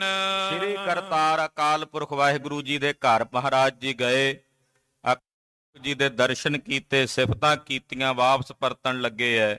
ਕਰਤਾਰ ਪੁਰਖ ਅਕਾਲ ਪੁਰਖ ਜੋ ਦੁੱਖਾਂ ਦਾ ਨਾਸ਼ ਕਰਨ ਵਾਲੇ ਹਨ, ਭਗਤਨ ਕੇਰ ਸਦਾ ਮਨ ਰੰਜਨ। ਜੋ ਆਪਣੇ ਆ ਭਗਤਾਂ ਦੇ ਮਨਾਂ ਵਿੱਚ ਹਮੇਸ਼ਾ ਖੇੜਾ ਪੈਦਾ ਕਰਦੇ ਹਨ, ਆਪਣੇ ਆ ਭਗਤਾਂ ਦੇ ਹਿਰਦਿਆਂ 'ਚ ਸਦਾ ਹੀ ਆਨੰਦ ਪੈਦਾ ਕਰਦੇ ਹਨ। ਤਿਨ ਤੇ ਹੋਈ ਹਟ ਆਏ। ਅਕਾਲ ਪੁਰਖ ਜੀ ਕੋਲੋਂ ਵਿਦਾ ਹੋ ਕੇ ਗੁਰੂ ਨਾਨਕ ਸਾਹਿਬ ਜੀ ਵਾਪਸ ਆਏ ਹਨ। ਜਗਤ ਗੁਰੂ ਸਿੱਖਨ ਸੁਖਦਾਏ। ਜੋ ਸਾਰੇ ਜਗਤ ਦੇ ਗੁਰੂ ਨੇ ਔਰ ਅੱਖਾਂ ਨੂੰ ਸੁਖ ਦੇਣ ਵਾਲੇ ਹਨ। ਸ਼੍ਰੀ ਅੰਗਦ ਸੁਨੀਏ ਇਤਿਹਾਸਾ। ਅੱਲਾ ਜੀ ਇਹ ਕਥਾ ਸੁਣਾ ਰਹੇ ਨੇ ਗੁਰੂ ਅੰਗਦ ਸਾਹਿਬ ਦੇ ਦਰਬਾਰ ਵਿੱਚ। ਹੇ ਗੁਰੂ ਅੰਗਦ ਦੇਵ ਸਾਹਿਬ ਜੀ ਸੁਣੋ, ਇਹ ਅੰਮ੍ਰਿਤ ਨਾਨਕ ਸਾਹਿਬ ਜੀ ਦਾ ਇਤਿਹਾਸ। ਹਮਰੇ ਟਿਗਿਆਈ ਸੁਖ ਰਾਸਾ। ਸੱਚਖੰਡ ਤੋਂ ਵਾਪਸ ਚੱਲ ਕੇ ਗੁਰੂ ਨਾਨਕ ਸਾਹਿਬ ਸਾਡੇ ਕੋਲ ਆਏ ਭਗਤ ਧਰੂ ਜੀ ਦੇ ਪਾਸ। ਮੰਡਲ ਜੋ ਹੁਤੋ ਸੁਹਾਵਾ। ਧਰੂ ਮੰਡਲ ਜਿੱਥੇ ਭਗਤ ਧਰੂ ਜੀ ਵਸਦੇ ਨੇ, ਜੋ ਬੜਾ ਸੁਹਾਵਣਾ ਧਰੂ ਮੰਡਲ ਹੈ, ਤੈਂ ਤੇ ਹਮਕੋ ਸੰਗ ਰਲਾ। ਉੱਥੇ ਆ ਕੇ ਸਤਿਗੁਰੂ ਜੀ ਨੇ ਸਾਨੂੰ ਆਪਣੇ ਨਾਲ ਰਲਾ ਲਿਆ, ਨਾਲ ਲੈ ਲਿਆ। ਧਰੂ ਅਵਲੋਕੇ ਆਵਤ ਜਬਈ। ਭਗਤ ਧਰੂ ਜੀ ਨੇ ਨਾਨਕ ਸਾਹਿਬ ਜੀ ਨੂੰ ਵਾਪਸ ਵੇਖਿਆ। ਨਮੋ ਪਰਸ ਪਰ ਕੀ ਇਲ ਤਬਈ। ਭਗਤ ਧਰੂ ਜੀ ਨੇ ਗੁਰੂ ਸਾਹਿਬ ਨਾਮ ਕੀਤੀ ਤੇ ਭਗਤ ਧਰੂ ਜੀ ਦਾ ਸਤਿਕਾਰ ਕਰਦਿਆਂ ਸਤਿਗੁਰਾਂ ਨੇ ਵੀ ਹੱਥ ਜੋੜੇ, ਉਹਨਾਂ ਦੀ ਭਗਤੀ ਨੂੰ ਨਮਸਕਾਰ ਕੀਤੀ। ਪੂਜਨ ਲਗਿਓ ਪਤੇ ਪੁਨ ਸੋ। ਭਗਤ ਧਰੂ ਜੀ ਹੱਥ ਜੋੜ ਕੇ ਸਤਿਗੁਰੂ ਗੁਰੂ ਨਾਨਕ ਸਾਹਿਬ ਨੂੰ ਪੁੱਛਣ ਲੱਗੇ, ਜਹਾਂ ਨਾ ਪਹੁੰਚ ਸਕਿਓ ਕਬ ਕੋ। ਆਖਿਆ ਮਹਾਰਾਜ ਜੀ ਆਏ ਹੋ ਜਿੱਥੇ ਕੋਈ ਨਹੀਂ ਪਹੁੰਚ ਸਕਿਆ, ਜਿੱਥੇ ਕਿਸੇ ਦੀ ਗਮਯਤਾ ਨਹੀਂ ਹੋ ਸਕੀ। ਸੱਚਖੰਡ ਕੀ ਦੇ ਨਿਸ਼ਾਨੀ। ਮਹਾਰਾਜ ਜੀ ਸੱਚਖੰਡ ਦੀ ਨਿਸ਼ਾਨੀ ਦੱਸੋ ਜਿੱਥੇ ਤੁਸੀਂ ਜਾ ਕੇ ਆਏ ਹੋ। ਮਹਾਰਾਜ ਸੱਚਖੰਡ ਦੀਆਂ ਨਿਸ਼ਾਨੀਆਂ ਕੈਸਾ ਦੇਖਿਓ ਪ੍ਰਭ ਨਿਰਬਾਨੀ। ਤੇ ਸੱਚਖੰਡ 'ਚ ਤੁਸੀਂ ਨਿਰੰਕਾਰ ਦੇ ਦਰਸ਼ਨ ਕਰਕੇ ਆਇਓ। ਨਿਰੰਕਾਰ ਕੈਸਾ ਹੈ, ਉਸ ਨਿਰੰਕਾਰ ਦੇ ਬਾਰੇ ਦੱਸੋ। ਕੌਨੇ ਰੰਗ ਹੈ ਤਿਨ ਕੋ, ਕੈਸਾ ਰੂਪ ਰੰਗ ਹੈ ਉਸ ਨਿਰੰਕਾਰ ਅਕਾਲ ਪੁਰਖ ਵਾਹਿਗੁਰੂ ਜੀ ਦਾ। ਦਰਸ਼ਨ ਜਾਏ ਕੀਨ ਤੁਮ ਜਿਨ ਕੋ, ਜਿਨ੍ਹਾਂ ਦੇ ਤੁਸੀਂ ਦਰਸ਼ਨ ਕਰਕੇ ਆਇਓ ਵਿੱਚ ਸਤਿਗੁਰੂ ਜੀ। ਆਗੇ ਪਈ ਨ ਤਬਈ ਐਸੇ, ਮੇਰੇ ਵੇਖਦਿਆਂ ਅੱਗੇ ਨਹੀਂ ਹੋਇਆ ਕਿ ਕੋਈ ਇੱਥੋਂ ਸਰੀਰ ਦੇ ਸਮੇਤ ਅੱਗੇ ਲੰਘ ਕੇ ਗਿਆ ਹੋਵੇ ਸੱਚਖੰਡ। ਮੇਰੇ ਵੇਖਦਿਆਂ ਮੈਂ ਅੱਜ ਤੋਂ ਪਹਿਲੇ ਨਹੀਂ ਡਿੱਠਾ ਕਿ ਕੋਈ ਅਕਾਲ ਪੁਰਖ ਜੀ ਦੇ ਘਰ ਵਿੱਚ ਸਰੀਰ ਦੇ ਸਮੇਤ, ਦੇਹ ਦੇ ਸਮੇਤ ਗਿਆ ਹੋਵੇ। ਜੇ ਕੋਈ ਦੇ ਸਹਿਤ ਉੱਥੇ ਗਿਆ ਹੈ ਤਾਂ ਹੈ ਗੁਰੂ ਨਾਨਕ ਸਾਹਿਬ ਜੀ, ਉਹ ਕੇਵਲ ਤੁਸੀਂ ਹੋ। ਸਤਿ ਸ੍ਰੀ ਅਕਾਲ। ਹਾਂਜੀ, ਦੇਹ ਸਮੇਤ ਗਏ ਟਿਗ ਜੈਸੇ, ਜਿਵੇਂ ਸਰੀਰ ਸਮੇਤ ਆਪ ਜੀ ਨਿਰੰਕਾਰ ਦੇ ਘਰ ਗਏ। ਗੁਰੂ ਨਾਨਕ ਸਾਹਿਬ ਜੀ ਸਰੀਰ ਕਰਕੇ ਦਿਸਦੇ ਨੇ ਵੀ ਉਹਨਾਂ ਨੇ ਸਰੀਰ ਧਾਰਿਆ, ਪਰ ਯਾਦ ਰੱਖਿਓ ਸਤਿਗੁਰੂ ਜੀ ਸਰੀਰ ਨਹੀਂ ਹਨ। ਜੇ ਸਰੀਰ ਹੁੰਦੇ ਤੇ ਸਰੀਰ ਲੈ ਸੱਚਖੰਡ ਨਾ ਪਹੁੰਚਦੇ। ਜੇ ਸਰੀਰ ਹੁੰਦੇ ਤੇ ਜੋਤੀ ਜੋਤ ਸਮਾਵਣ ਦੇ ਵੇਲੇ ਕੱਲਾ ਚਾਦਰਾ ਨਾ ਰਹਿ ਜਾਂਦਾ ਉੱਥੇ, ਪਾਤਸ਼ਾਹ ਦਾ ਸਰੀਰ ਉੱਥੇ ਹੁੰਦਾ। ਮਹਾਰਾਜ ਜੀ ਸਰੀਰ ਨਹੀਂ, ਇਹ ਸਿੱਖ ਦੀ ਭਾਵਨਾ ਹੈ। ਦਿਸਦਾ ਹੈ ਸਰੀਰ, ਗੱਲਬਾਤ ਜੋ ਕਰਨੀ ਹੈ ਸਾਡੇ ਵਰਗੇ ਜੀਵਾਂ ਨੂੰ ਪਾਰ ਜੋ ਉਤਾਰਨਾ, ਇਸ ਕਰਕੇ ਸਰੀਰ ਦਿਸਦਾ ਹੈ ਪਰ ਸਰੀਰ ਹੈਣ ਨਹੀਂ ਮੇਰੇ ਸਾਹਿਬ, ਸਰੀਰ ਹੈਣ ਨਹੀਂ। ਉਹ ਇਸ ਕਰਕੇ ਇੱਥੇ ਕਹਿ ਰਹੇ ਨੇ ਧਰੂ ਜੀ ਮਹਾਰਾਜ ਕਦੇ ਨਹੀਂ ਡਿੱਠਾ, ਇੱਕ ਤੁਸੀਂ ਹੋ ਸਰੀਰ ਲੈ ਕੇ ਸੱਚਖੰਡ ਗਏ ਹੋ। ਉੱਤਮ ਭਗਤ ਧਰੁਵ ਤੁਮ ਸੁਨੀਏ, ਮਹਾਰਾਜ ਜੀ ਸੁਣ ਕੇ ਬੋਲੇ ਭਗਤ ਧਰੂ ਜੀ ਤੁਸੀਂ ਉੱਤਮ ਭਗਤ ਹੋ। ਰੂਪ ਰੰਗ ਤਿਨ ਕੋ ਨੈ ਗੁਨੀਏ, ਜਿਸ ਅਕਾਲ ਦੇ ਘਰ ਅਸੀਂ ਗਏ ਸਾਂ, ਅਕਾਲ ਦਾ ਰੂਪ ਹੈ ਤੇ ਨਾ ਕੋਈ ਰੰਗ ਹੈ ਤੇ ਨਾ ਕੋਈ ਰੇਖ ਹੈ। ਰੂਪ ਨਾ ਰੇਖ ਕਿਛ, ਤ੍ਰਿਹੁ ਗੁਣ ਤੇ ਪ੍ਰਭ ਭਿੰਨ ਚਕਰ ਚਿਹਨ ਜਾਤ ਅਰ ਪਾਤ ਨਹਿਨ ਜਿਹੇ, ਰੂਪ ਰੰਗ ਅਰ ਰੇਖ ਭੇਖ ਕੋ ਕਹਿ ਨਾ ਸਕਤ ਕੇ। ਉਹਦਾ ਰੰਗ ਨਹੀਂ। ਭਗਤਨ ਧਿਆਨ ਹੀਤ ਬਿਨ ਜੋਨਾ, ਉਹ ਜੂਨਾ ਵਿੱਚ ਆਏ ਤੋਂ ਬਿਨਾਂ ਹੈ, ਕਲੇਸ਼ਾਂ ਤੇ ਕਰਮ ਕਾਰਨਾਂ ਤੇ ਸਦਾ ਹੀ ਸੁਤੰਤਰ ਰਹਿ ਕੇ ਦੇ ਧਿਆਨ ਹਿਤ ਰੂਪ ਹੈ। ਸੋਹਤ ਸ਼ਾਮ ਸਰੂਪ ਸਲੋਨਾ, ਭਗਤਾਂ ਦੇ ਧਿਆਨ ਵਿੱਚ ਆਉਣ ਵਾਸਤੇ ਉਹ ਸਰੂਪ ਵਿਖਾ ਦਿੰਦਾ, ਆਪਣੀ ਝਲਕ ਵਿਖਾ, ਪਰ ਅਸਲ ਵਿੱਚ ਉਹ ਸਰੂਪ ਤੋਂ ਨਿਆਰਾ ਹੈ। ਸਸ ਸਵਿਤਾ ਕੋਟ ਉਜਿਆਰਾ, ਕਰੋੜਾਂ ਚੰਦਰਮਾ ਕਰੋੜਾਂ ਹੀ ਚਾਨਣਾ ਹੈ ਉਹਦੇ ਸਰੂਪ ਵਿੱਚ। ਆਦਿਕ ਜੈ ਪਾਏ ਨ ਪਾਰਾ, ਸਵਰੂਪ ਹੈ ਧਰੂ ਜੀ ਕਿ ਬ੍ਰਹਮਾ ਵਿਸ਼ਨੂੰ ਮਹੇਸ਼ ਇਹ ਤਿੰਨੇ ਦੇਵ ਵੀ ਉਸ ਪ੍ਰਮਾਤਮਾ ਦੇ ਸਵਰੂਪ ਦਾ ਅੰਤ ਨਹੀਂ ਪਾ ਸਕਦੇ। ਉਸ ਦੇ ਸਵਰੂਪ ਦਾ ਪਾਰਾਵਾਰ ਨਹੀਂ। ਕੋਟ ਕਾਮ ਕੀ ਸੁੰਦਰਤਾਈ, ਕਾਮਦੇਵ ਸੁੰਦਰ ਮੰਨਿਆ, ਕਰੋੜਾਂ ਕਾਮਦੇਵ ਹੋਣ ਤੇ ਉਹਨਾਂ ਦੀ ਸੁੰਦਰਤਾ ਇੱਕ ਜਗ੍ਹਾ ਤੇ ਇਕੱਠੀ ਕਰ ਲਈਏ। ਇੱਕ ਨਖ ਕੀਨ ਕਰੇ ਸਮਤਾਈ, ਤੇ ਅਕਾਲ ਪੁਰਖ ਜੀ ਦੇ ਚਰਨਾਂ ਦੇ ਇੱਕ ਨੌ ਦੀ ਸੁੰਦਰਤਾ ਦੇ ਬਰਾਬਰ ਵੀ ਕਰੋੜਾਂ ਕਾਮਦੇਵਾਂ ਦੀ ਸੁੰਦਰਤਾ ਨਹੀਂ ਪੁੱਜਦੀ। ਹਾਂਜੀ, ਉਹ ਉਪਮਾ ਮੈਂ ਦੇਵੋ ਤਿਨ ਕੀ, ਭਗਤ ਧਰੂ ਜੀ ਕਿਹੜੀ ਉਪਮਾ ਦੇਈਏ ਉਸ ਪ੍ਰਮਾਤਮਾ ਬਾਰੇ, ਕਿਵੇਂ ਦਸੀਏ ਤੁਹਾਨੂੰ ਉਹ ਕੈਸਾ ਹੈ। ਸਰਬਰ ਕੋਏ ਨ ਦੇਖੋ ਜਿਨ ਕੀ, ਉਹਨਾਂ ਦੇ ਬਰਾਬਰ ਕੋਈ ਦੂਸਰੀ ਉਪਮਾ ਦਿਸ ਨਹੀਂ, ਕਿਹਾ ਹੀ ਨਹੀਂ ਜਾ ਸਕਦਾ। ਉਪਮਾ ਜਾਤ ਨ ਕਹੀ ਮੇਰੇ ਪ੍ਰਭ ਕੀ, ਉਪਮਾ ਜਾਤ ਨ ਕਹੀ, ਉਹਦੀ ਉਪਮਾ ਕਹੀ ਨਹੀਂ ਜਾਂਦੀ, ਉਹਦੇ ਬਾਰੇ ਕਿਹਾ ਹੀ ਨਹੀਂ ਜਾ ਸਕਦਾ ਕੈਸਾ ਹੈ।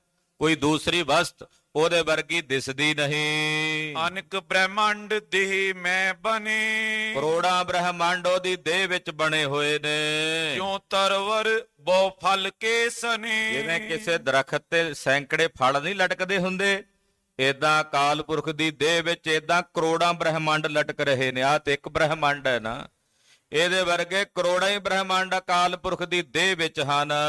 ਕਹਿਨ ਸੁਨਨ ਤੇ ਜਾਣ ਅਨੰਤਾ। ਜਿਹੜਾ ਕਹਿਣ ਤੋਂ ਸੁਣਨ ਤੋਂ ਅਨੰਤ ਹੈ, ਜਾਣਿਆ ਨਹੀਂ ਜਾਂਦਾ, ਨਾ ਕਹਿਣ ਕਰਕੇ ਨਾ ਸੁਣਨ ਕਰਕੇ। ਨਿਖਿਲ ਪਵਨ ਕੋ ਰਾਜਿਤ ਕੰਤਾ। ਇਹ ਸਾਰੇ ਭਵਨਾਂ ਦਾ ਉਹ ਮਾਲਕ ਹੈ। ਆ ਜਿੰਨੇ ਭਵਨ ਨੇ ਇਹਨਾਂ ਸਾਰਿਆਂ ਭਵਨਾਂ ਦਾ ਉਹ ਮਾਲਕ ਹੈ। ਸਭਨ ਵਿਖੇ ਜੈ ਜੋਤ ਸਮਾਈ। ਪੁਰੀ ਚਤਰ ਦਸ ਕੰਤਾ। ਹੇ ਪ੍ਰਭੂ, ਆ ਜਿਹੜੀਆਂ 14 ਪੁਰੀਆਂ ਕਹੀਆਂ ਜਾਂਦੀਆਂ, ਤੂੰ ਇਹਨਾਂ ਦਾ ਕੰਤ ਹੈ, ਤੂੰ ਇਹਨਾਂ ਦਾ ਮਾਲਕ ਹੈ, ਤੂੰ ਇਹਨਾਂ ਦਾ ਸੁਆਮੀ ਹੈ। ਸਭਨ ਵਿਖੇ ਤਿਸ ਜੋਤ ਸਮਾਨੀ। ਉਹਦੀ ਜੋਤ ਸਾਰਿਆਂ ਵਿੱਚ ਸਮਾਈ ਹੋਈ ਹੈ। ਉਹਦਾ ਚਾਨਣਾ ਸਾਰਿਆਂ ਵਿੱਚ ਹੈ। ਤਿਸ ਦਾ ਚਾਨਣ ਸਭ ਮਹਿ ਚਾਨਣ ਹੋਏ।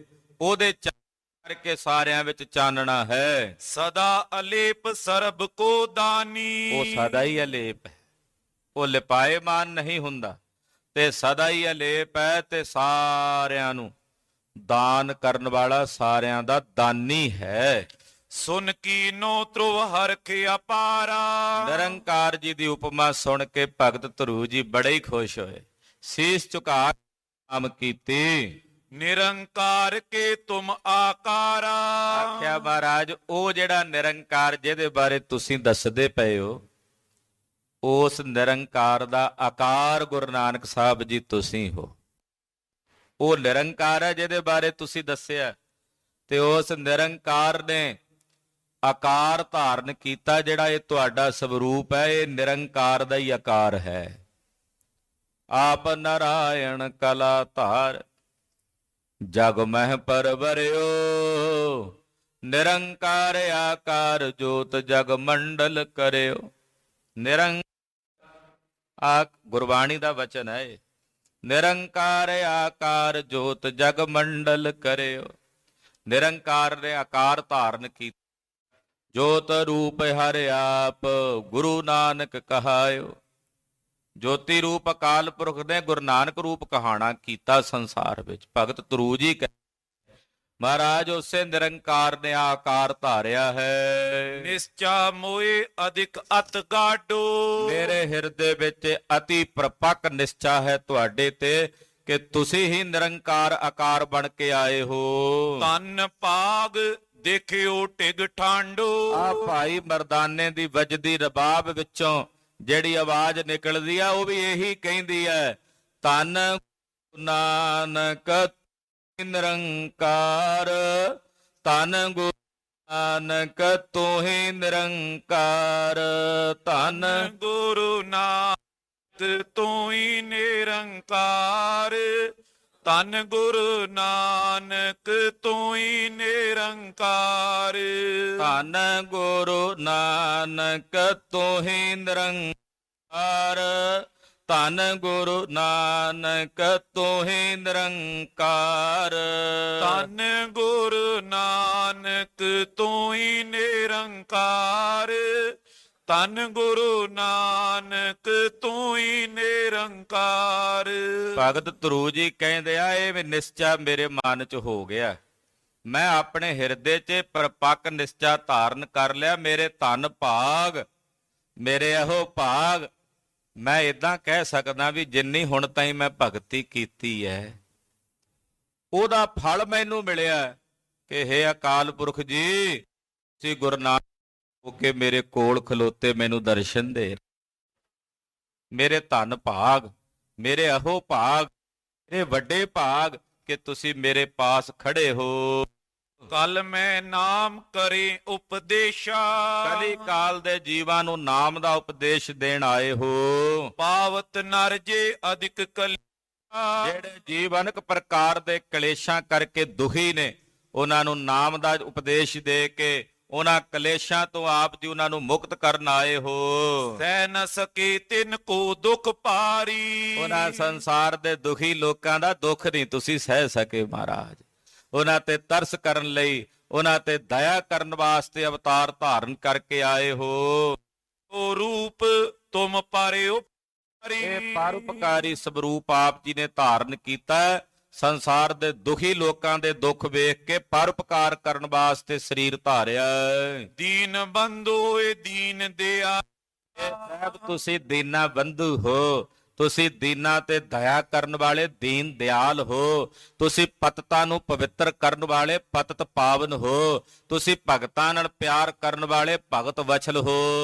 ਦੀਨਾ ਨਾਥੇ ਨਾਮ ਵਿਸਾਲਾ। ਤੁਸੀਂ ਦੀਨਾਂ ਨਾਲ ਪ੍ਰੇਮ ਕਰਨ ਵਾਲੇ ਦੀਨਾਂ ਦੇ ਨਾਥ ਹੋ। ਜਿਨ੍ਹਾਂ ਦਾ ਕੋਈ ਨਾਥ ਨਹੀਂ, ਉਹਨਾਂ ਅਨਾਥਾਂ ਦੇ ਨਾਥ ਹੋ। ਜਿਹੜੇ ਤੁਹਾਡੇ ਨਾਲ ਪ੍ਰੇਮ ਕਰਨ ਵਾਲੇ ਐ, ਉਹਨਾਂ ਦੇ ਨਾਲ ਤੁਸੀਂ ਵਸੀਕਾਰ ਹੋ ਕੇ ਉਹਨਾਂ ਨਾਲ ਵਰਤਣੇ ਵਾਲੇ ਹੋ।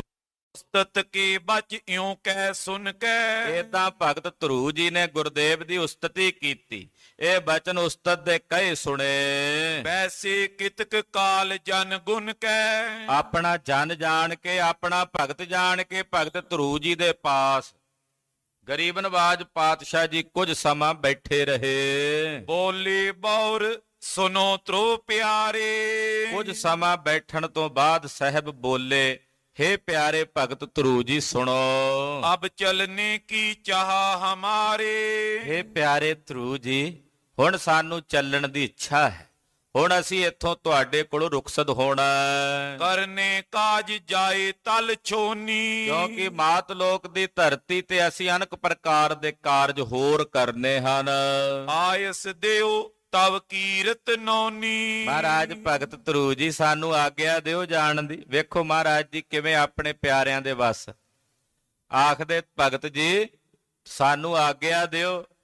ਆਪ ਮਾਲਕ ਸੁਆਮੀ ਆਪਣੇ ਭਗਤ ਕੋਲੋਂ ਬੇਨਤੀ ਕਰਕੇ ਕਹਿੰਦੇ ਜੀ ਸਾਨੂੰ ਆਗਿਆ ਦਿਓ, ਅਸੀਂ ਜਾਈਏ। ਧਰੁਵ ਸੁਨ ਕੇ ਇਵ ਬਚਨੀ ਉਚਾਰਾ। ਤੁਹਾਡੀ ਬੜੀ ਸੋਹਣੀ ਕੀਰਤੀ ਹੈ ਧਰੂ ਜੀ ਸੰਸਾਰ ਵਿੱਚ। ਇਹ ਬਚਨ ਜਦੋਂ ਸਤਿਗੁਰੂ ਜੀ ਦੇ ਸੁਣੇ, ਭਗਤ ਧਰੂ ਜੀ ਨੇ ਅੱਗੋਂ ਬੋਲੇ, ਆਇਸ ਸਦਾ ਤੁਮੇ ਕਰਤਾਰਾ। ਮਹਾਰਾਜ ਜੀ ਇਹ ਸਾਰਾ ਕੁਝ ਤਾਂ ਤੁਹਾਡੀ ਆਗਿਆ 'ਚ ਵਰਤਦਾ, ਕਰਤਾਰ ਤਾਂ ਤੁਸੀਂ ਆਪ ਹੋ ਤੇ ਆਗਿਆ ਮੇਰੇ ਕੋਲੋਂ ਮੰਗਦੇ ਹੋ। ਮਹਾਰਾਜ ਇਹ ਕੈਸੀ ਉਲਟ ਖੇਡ ਹੈ। ਮਹਾਰਾਜ ਸਭ ਕੁਝ ਤਾਂ ਤੁਹਾਡੀ ਆਗਿਆ ਵਿੱਚ ਹੈ, ਕਰਤਾਰ ਤੁਸੀਂ ਖੁਦ, ਆਪਣੀ ਆਗਿਆ ਦੇ ਮਾਲਕ ਤੁਸੀਂ ਆਪ ਹੋ। ਵਿਚਰੋ ਜੈ ਇੱਛਾ ਉਰ ਤੇਰੇ। ਜਿੱਥੇ ਆਪ ਜੀ ਦੇ ਜਾਣ ਦੀ ਇੱਛਾ, ਆਪ ਜੀ ਸੁਤੰਤਰ ਹੋ ਕੇ ਵਿਚਰੋ, ਆਪ ਮਾਲਕ ਹੋ। ਕਲ ਮਲ ਨਾਸੀ ਦਰਸ਼ਨ ਹੀਰੇ। ਮਹਾਰਾਜ ਜੀ ਜਿਹੜਾ ਤੁਹਾਡੇ ਦਰਸ਼ਨ ਕਰਦਾ ਹੈ, ਉਹਦੇ ਕਲੀ ਕਾਲ ਦੇ ਕੀਤੇ ਸਾਰੇ ਪਾਪ ਕੱਟੇ ਜਾਂਦੇ ਹਨ। ਤੁਹਾਡੇ ਦਰਸ਼ਨ ਕੀਤਿਆਂ ਹੀ ਪਾਪ ਕੱਟੇ ਜਾਂਦੇ ਹਨ, ਪਾਪ ਨਿਰਵਿਰਤ ਹੋ ਜਾਂਦੇ ਹਨ। ਦਰਸ਼ਨ ਦੇਖਤ ਦੋਖ ਨਸੇ। ਮਹਾਰਾਜ ਤੁਹਾਡੇ ਦਰਸ਼ਨ ਕਰਕੇ ਕਲੀ ਕਾਲ ਦੇ ਜੀਵਾਂ ਦੇ ਪਾਪ ਕੱਟੇ ਜਾਂਦੇ, ਤਿਨਾਂ ਦੇ ਅੰਤਸ਼ਕਰਨ ਸ਼ੁੱਧ ਹੋ ਜਾਂਦੇ ਹਨ। ਕਰੀ ਪਰਸ ਪਰ ਤਬਈ ਬੰਧਨ। ਏਦਾਂ ਕਹਿ ਕੇ ਦੋਨਾਂ ਵੱਲੋਂ, ਭਗਤ ਜੀ ਵੱਲੋਂ, ਇਧਰੋਂ ਸਾਹਿਬ ਜੀ ਵੱਲੋਂ, ਦੋਨਾਂ ਪਾਸਿਓਂ ਹੱਥ ਜੋੜ ਕੇ ਬੰਦਨਾ ਹੋਈ। ਤੈਂ ਤੇ ਗਮਨੇ ਦੁਖ ਨਿਕੰਦਨ। ਦੁੱਖਾਂ ਦਾ ਨਾਸ਼ ਕਰਨ ਵਾਲੇ ਸਤਿਗੁਰੂ ਜੀ ਭਗਤ ਧਰੂ ਜੀ ਕੋਲੋਂ ਚੱਲ ਪਏ। ਕਿਤਕ ਦੂਰ ਤਬਈ ਚਲ ਆਏ। ਜਦੋਂ ਕੁਝ ਕੁ ਪੈਂਡਾ ਤੈਅ ਕਰਕੇ ਚੱਲ ਕੇ ਆਏ, ਮਰਦਾਨੇ ਤਬ ਬੈਨੀ ਅਲਾਏ। ਭਾਈ ਸਾਹਿਬ ਭਾਈ ਮਰਦਾਨਾ ਜੀ ਪੁੱਛਦੇ ਸਤਿਗੁਰਾਂ ਨੂੰ, ਜੀਤੇ ਨਭ ਚਰ ਹੈ ਨਭ ਮਾਈ। ਮਹਾਰਾਜ ਜੀ ਆਕਾਸ਼ ਮੰਡਲ ਵਿੱਚ ਜਿਤਨੇ ਵੀ ਆਕਾਸ਼ ਚਾਰੀ ਹਨ, ਧਰੁਵ ਮੰਡਲ ਸਭ ਤੇ ਉਰ ਧਾਈ। ਇਹ ਜਿਹੜਾ ਧਰੂ ਮੰਡਲ ਹੈ ਇਹ ਸਭ ਤੋਂ ਉੱਚਾ ਹੈ। ਭੂਤਲ ਤੇ ਊਰਧ ਹੈ ਜੇਤੋ। ਮਹਾਰਾਜ ਇਹ ਧਰਤੀ ਤੋਂ ਕਿੰਨਾ ਕੁ ਉੱਚਾ ਹੋਵੇਗਾ ਇਹ ਜਿਹੜਾ ਧਰੂ ਮੰਡਲ ਹੈ। ਮੁਝੇ ਬਤਾਵੋ ਸ਼੍ਰੀ ਪ੍ਰਭ ਤੇ ਤੋ। ਇਹ ਪ੍ਰਭੂ ਜੀ ਆਪ ਜੀ ਕਿਰਪਾ ਕਰਕੇ ਮੈਨੂੰ ਇਹ ਚਾਨਣਾ ਪਾਓ। ਹਮਸੇ ਅਲਪਨ ਕੋ ਇਹ ਥਾਨਾ। ਸਾਡੇ ਵਰਗੇ ਤੁੱਛ ਜੇ ਜੀਵਾਂ ਨੂੰ ਇਹੋ ਜਿਹੇ ਥਾਵਾਂ ਦੇ ਦਰਸ਼ਨ ਤੁਸੀਂ ਕਰਾ ਦਿੱਤੇ ਹਨ। ਤੁਮ ਬਿਨ ਕੌਣ ਦਿਖਾਏ ਮਹਾਨਾ। ਮਹਾਰਾਜ ਤੁਹਾਡੇ ਬਿਨਾ ਕਿਹਨੇ ਵਿਖਾਉਣੇ ਸਨ ਇਹ ਥਾਂ। ਸਾਡੇ ਵਰਗੇ ਅਲਪ ਜੇ ਜੀਵਾਂ ਨੂੰ ਤੁਸੀਂ ਇਹ ਥਾਵਾਂ ਵਿਖਾ ਦਿੱਤੀਆਂ, ਧੰਨ ਹੋ। ਸ਼੍ਰੀ ਗੁਰ ਕਹੇ ਸੁਨੋ ਮਰਦਾਨੇ। ਸੁਣ ਕੇ ਸਤਿਗੁਰੂ ਜੀ ਕਹਿੰਦੇ, ਮਰਦਾਨਿਆਂ ਸੁਣ। ਧਰੁਵ ਮੰਡਲ ਜੇ ਤੁਕ ਪਰਮਾਨੇ। ਆ ਜਿਹੜਾ ਧਰੂ ਮੰਡਲ ਜਿੰਨਾ ਉੱਚਾ ਕਿਹਾ ਜਾਂਦਾ ਹੈ, 39 ਲੱਖ ਜੋਜਨੀ ਉੱਚਾ।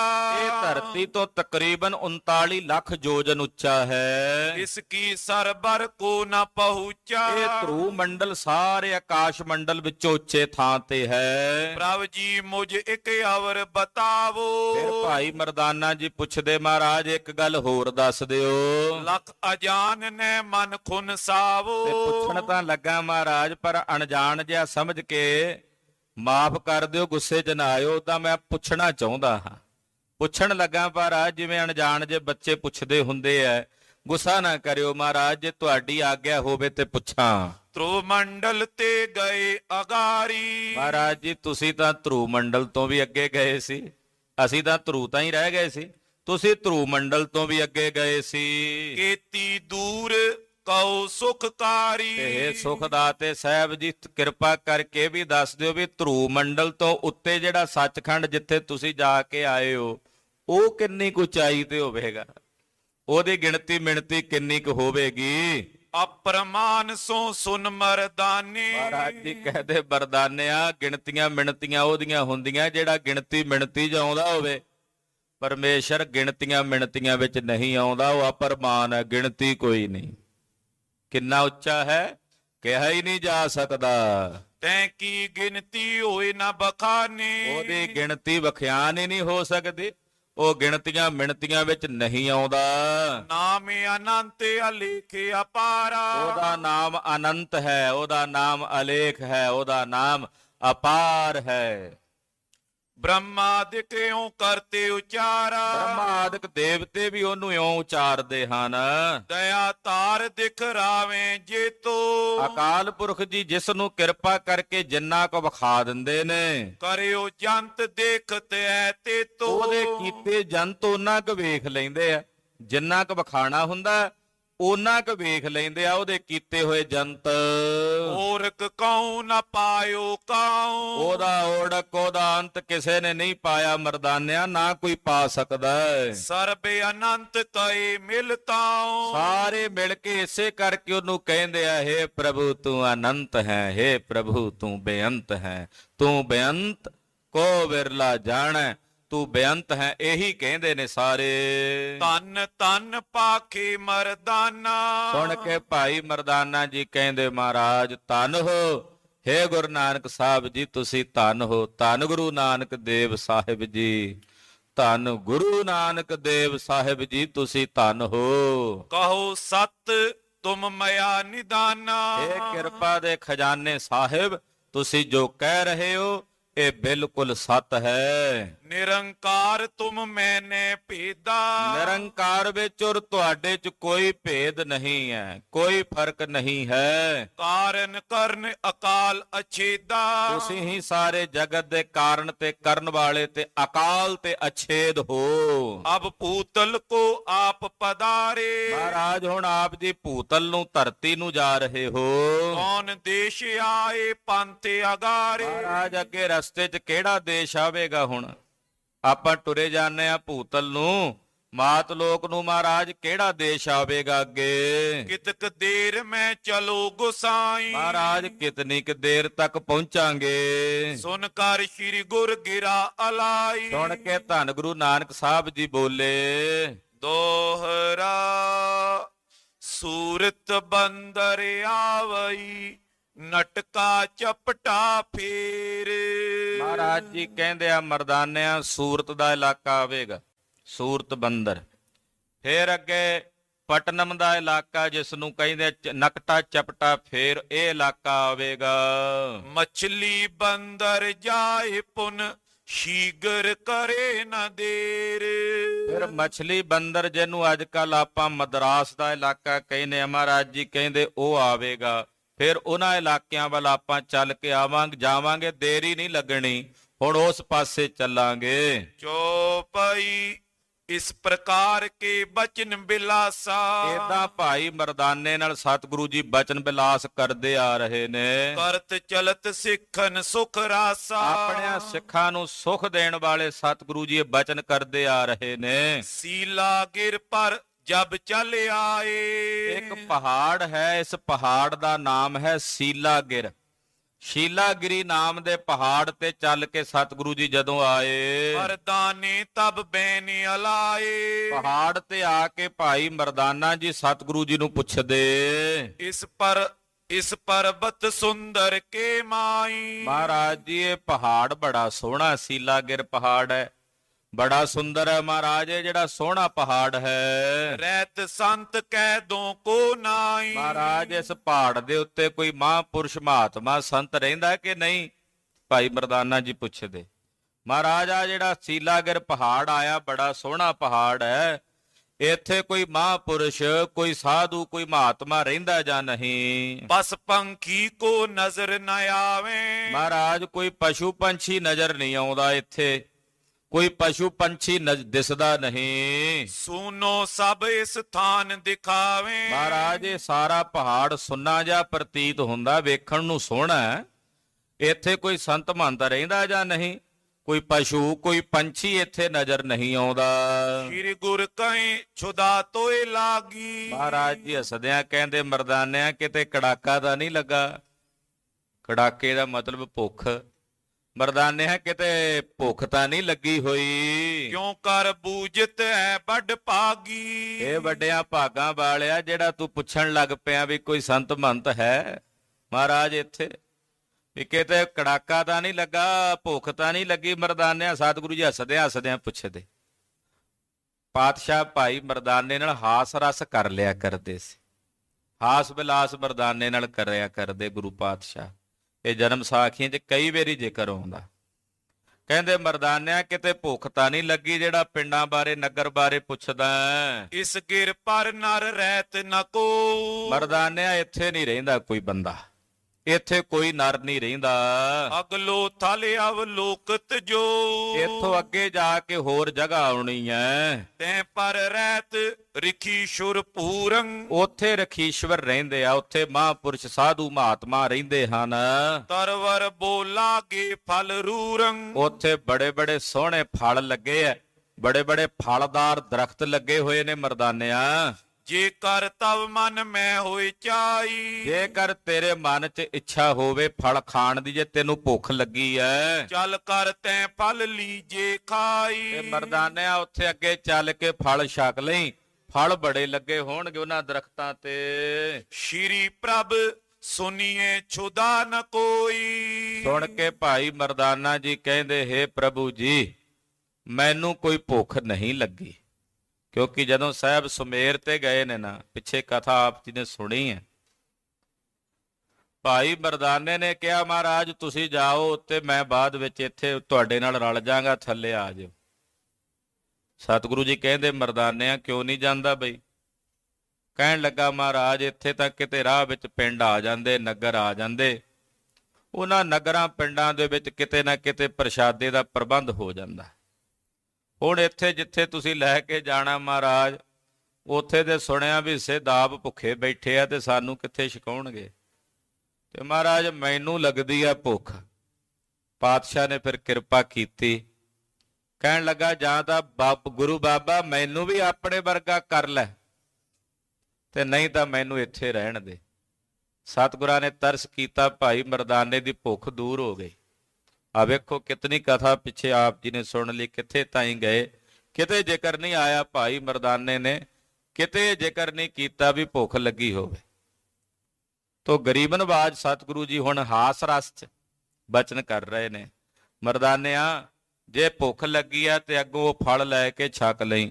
ਤੇ ਸੁਣ ਕੇ ਭਾਈ ਮਰਦਾਨਾ ਜੀ ਬੋਲੇ, ਸ਼੍ਰੀ ਪ੍ਰਭ ਸੁਨੀਏ ਛੁਦਾ ਨ ਕੋਈ। ਕਹਿਣ ਲੱਗੇ, ਹੇ ਪ੍ਰਭੂ ਜੀ ਸੁਣੋ, ਮੈਨੂੰ ਹੁਣ ਕੋਈ ਭੁੱਖ ਨਹੀਂ ਵਿਆਪਦੀ, ਮੈਨੂੰ ਹੁਣ ਕੋਈ ਭੁੱਖ ਨਹੀਂ ਲੱਗੀ ਹੋਈ। ਜਬ ਕੋ ਬਰ ਦੇ ਕਰ ਤੁਮ ਖੋਈ। ਜਦੋਂ ਦੀ ਬਖਸ਼ਿਸ਼ ਕਰ ਕੀਤੀ ਆ ਤੁਸਾਂ ਨੇ, ਉਦੋਂ ਦੀ ਮੇਰੀ ਭੁੱਖ ਦੂਰ ਕਰ ਦਿੱਤੀ ਹੈ। ਰਹੋ ਆਨੰਦ ਸਦਾ ਉਰਮਾਈ। ਮਹਾਰਾਜ ਜੀ ਸਦਾ ਹੀ ਆਨੰਦ 'ਚ ਰਹਿੰਦੇ ਹੋ, ਹੁਣ ਉਦੋਂ ਦਾ ਸਦਾ ਹੀ ਮੈਂ ਖੇੜੇ 'ਚ ਰਹਿੰਦਾ ਹਾਂ। ਖਾਵਨ ਚਾਹ ਹੋਤ ਕਬ ਨਾਈ। ਮਹਾਰਾਜ ਹੁਣ ਕਦੇ ਕੁਝ ਖਾਣ ਦੀ ਇੱਛਾ ਹੋਈ ਨਹੀਂ, ਕਦੇ ਕੁਝ ਛਕਣ ਦੀ ਇੱਛਾ ਨਹੀਂ ਹੋਈ। ਕਹਿਤ ਸੁਨਤ ਤੈਂ ਗਿਰ ਪਰ ਆਏ। ਏਦਾਂ ਬਚਨ ਕਰਦਿਆਂ ਕਰਦਿਆਂ ਸਤਿਗੁਰੂ ਜੀ ਉਸ ਪਹਾੜ ਤੇ ਆ ਗਏ ਜਿੱਥੇ ਮਹਾਂਪੁਰਸ਼ ਮਹਾਤਮਾ ਰਹਿੰਦੇ, ਫਲਦਾਰ ਬੂਟੇ ਲੱਗੇ ਹੋਏ। ਜਹਾਂ ਬਿਟਪ ਫਲ ਸਹਿਤ ਸੁਹਾਏ। ਦੇਖਿਆ ਜਿੱਥੇ ਬੜੇ ਸੋਹਣੇ ਦਰਖਤ ਲੱਗੇ, ਫਲ ਲੱਗੇ ਹੋਏ। ਅਨਕ ਰੰਗ ਕੇ ਸੁਮਨ ਸੁਹਾਵਨ, ਕਈ ਰੰਗਾਂ ਦੇ ਤਾਂ ਫੁੱਲ ਹੀ ਖਿੜੇ ਹੋਏ ਸ਼ੋਭਦੇ ਹਨ।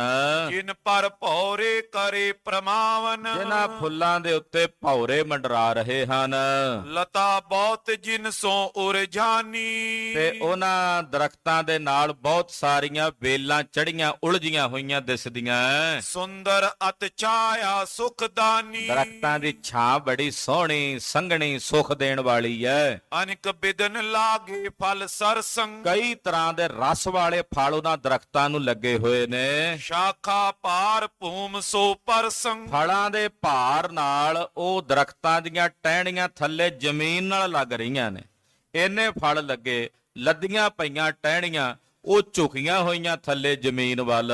ਮਨੋ ਅਤਿਥੀ ਜੋ ਆਵਤ ਪਾਸਾ, ਮਾਨੋ ਕੋਈ ਰਾਹਗੀਰ ਮੁਸਾਫਰ ਅਤਿਥੀ ਜਦੋਂ ਉਹਨਾਂ ਦਰਖਤਾਂ ਦੇ ਕੋਲੇ ਆਉਂਦਾ ਹੈ, ਦੇਨੇ ਹੇਤ ਝੁਕੇ ਫਲ ਰਾਸਾ, ਉਹ ਦਰਖਤ ਆਪ ਝੁਕ ਕੇ ਕਹਿੰਦੇ ਹੁਣ ਆਓ ਮਹਾਰਾਜ ਜੀ ਫਲ ਛਕੋ। ਉਹ ਦਰਖਤ ਆਪ ਝੁਕ ਕੇ ਕਹਿੰਦੇ ਹੁਣ ਰਾਹਗੀਰਾਂ ਨੂੰ ਆਓ ਜੀ ਇਹ ਫਲ ਛਕੋ। ਏਦਾਂ ਆਪ ਭੇਟ ਕਰਦੇ ਹੋਣ। ਬਿਨਾ ਹੀ ਸ਼ਰਮ ਲੈ ਤੋਰ ਸੁਖਾਰੇ, ਆਤੋਂ ਤਾਂ ਨਹੀਂ ਕਰਨਾ ਪੈਂਦਾ, ਬਿਨਾਂ ਕਿਸੇ ਮਿਹਨਤ ਤੋਂ ਫਲ ਤੋੜੇ ਜਾ ਸਕਦੇ ਨੇ, ਇੰਨੇ ਨੀਵੇਂ ਹਨ। ਖਾਵੇਂ ਸਾਧ ਛੁਦਾ ਨਿਰਵਾਰੇ, ਔਰ ਜਿਹੜੇ ਖਾਂਦੇ ਆ ਉਹ ਖਾ ਕੇ ਆਪਣੀ ਭੁੱਖ ਨਿਵਾਰਦੇ ਹਨ। ਦੋਹਰਾ ਉਪਕਾਰੀ ਜੋ ਪੁਰਖ ਹੈ, ਸਿੱਖਿਆ ਤੈ ਜਨ ਦੇਤ। ਕਹਿੰਦੇ ਜਿਹੜੇ ਉਪਕਾਰੀ ਪੁਰਸ਼ ਨੇ ਮਾਨੋ ਉਹ ਸਿੱਖਿਆ ਦੇ ਰਹੇ ਨੇ ਦਰਖਤ। ਕਰ ਉਪਕਾਰ ਸੋ ਨਿਵ ਚਲੋ, ਦੀਨ ਦੁਨੀ ਸੁਖ ਹੇਤ। ਕਹਿੰਦੇ ਪਰਉਪਕਾਰ ਕਰਨ ਵਾਲਿਆਂ ਨੂੰ ਉਹ ਦਰਖਤ ਸਿੱਖਿਆ ਦਿੰਦੇ ਐ। ਕੀ ਕਹਿੰਦੇ ਐ? ਉਹ ਕਹਿੰਦੇ ਆ ਕਿਸੇ ਦੀਨ ਤੇ ਦੁਖੀ ਨੂੰ ਵੇਖ ਕੇ ਉਹਦਾ ਭਲਾ ਕਰਕੇ ਫਿਰ ਨਿਮ ਕੇ ਚੱਲੋ, ਨਿਮ ਕੇ। ਜਿਵੇਂ ਉਹ ਦਰਖਤ ਫਲ ਦੇ ਕੇ ਫਿਰ ਵੀ ਨਿਵੇਂ ਹੋਏ ਨੇ, ਝੁਕੇ ਹੋਏ ਨੇ। ਕਹਿੰਦੇ ਏਦਾਂ ਜਿਹੜੇ ਪਰਉਪਕਾਰ ਕਰਨ ਵਾਲੇ ਕਿਸੇ ਦਾ ਭਲਾ ਕਰਦੇ ਹੋ ਤੇ ਭਲਾ ਕਰਕੇ ਹੰਕਾਰ ਨਾ ਕਰਿਆ ਕਰੋ ਵੀ ਮੈਂ ਇਹਦਾ ਭਲਾ ਕੀਤਾ। ਕਹਿੰਦੇ ਸਗੋਂ ਨਿਭ ਕੇ ਚੱਲਿਆ ਕਰੋ ਵੀ ਮੇਰੇ ਸਾਹਿਬ ਨੇ ਮੇਰੇ ਕੋਲੋਂ ਇਹ ਸੇਵਾ ਲਈ ਆ, ਉਹਦਾ ਧੰਨਵਾਦ, ਉਹਦਾ ਸ਼ੁਕਰ ਕਿ ਮੈਨੂੰ ਉਹਨੇ ਚੁਣਿਆ। ਹਾਂਜੀ। ਕਿਉ ਭਈ ਸੀਤਲ ਬਿਮਲ ਨੋਰਾ ਨੀਰੰਗ। ਕਹਿੰਦੇ ਫੇਰ ਉਹਨਾਂ ਦਰਖਤਾਂ ਦੀਆਂ ਜੜ੍ਹਾਂ ਵਿੱਚ ਬੜਾ ਠੰਡਾ ਤੇ ਸ਼ੀਤਲ ਪਾਣੀ ਵਹਿ ਰਿਹਾ ਹੈ। ਮਾਰਗ ਸ਼ਰਮ ਕੀ ਖੋਵਤ ਪੀਰੰਗ। ਰਸਤੇ ਵਿੱਚ ਆਉਣ ਵਾਲੇ ਮੁਸਾਫਰਾਂ ਦੀ ਥਕਾਵੇਂ ਨੂੰ ਉਹ ਹਰ ਲੈਂਦੇ ਨੇ। ਦਰਖਤਾਂ ਦੀ ਛਾਂ ਇੰਨੀ ਸੁੰਦਰ, ਫਿਰ ਉਹਨਾਂ ਦੇ ਤਣੇ ਪਾਣੀ ਨਾਲ ਸਿੰਚੇ ਹੋਏ, ਠੰਡੀ ਠੰਡੀ ਹਵਾ ਚੱਲਦੀ।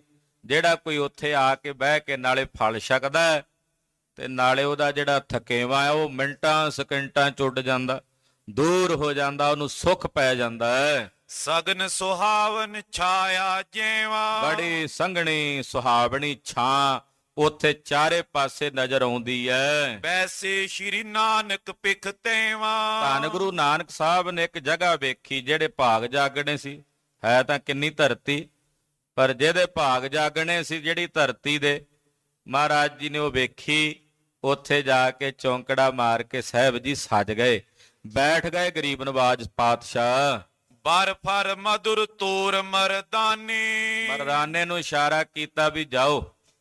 ਭਾਈ ਮਰਦਾਨਾ ਜੀ ਗਏ, ਦਰਖਤਾਂ ਦੇ ਫਲ ਵੇਖੇ ਤੇ ਫਲ ਤੋੜਨ ਲੱਗੇ। ਗੁਰ ਅਗਰਜ ਰਾਖੇ ਤਬਿਆਨੇ। ਪਹਿਲਾਂ ਕੁਝ ਫਲ ਤੋੜ ਕੇ ਲਿਆ ਕੇ ਭਾਈ ਸਾਹਿਬ ਨੇ ਗੁਰੂ ਸਾਹਿਬ ਦੇ ਅੱਗੇ ਰੱਖੇ। ਸੁੰਦਰ ਸਰਸ ਦੇਖ ਮਨ ਪਾਏ। ਬੜੇ ਸੋਹਣੇ ਸੋਹਣੇ ਵਧੀਆ ਵਧੀਆ ਫਲ ਤੋੜ ਕੇ ਲਿਆਂਦੇ। ਸ਼੍ਰੀ ਗੁਰ ਘਰ ਮੈਂ ਅਰਦੇ ਉਠਾਏ। ਉਹਨਾਂ ਫਲਾਂ ਚੋਂ ਅੱਧੇ ਫਲ ਮਹਾਰਾਜ ਗੁਰੂ ਨਾਨਕ ਸਾਹਿਬ ਨੇ ਚੁੱਕੇ। ਸੋ ਮੋਕੋ ਦੀਨੇ ਤੈ ਕਾਲਾ। ਉਹ ਭਾਈ ਬਾਲੇ ਨੂੰ ਦਿੱਤੇ, ਲੈ ਬਾਲਿਆ ਤੈਂ ਛਕ ਲੈ। ਰਾਖੇ ਅਰਦੰ ਆਪ ਕਿਰਪਾਲਾ।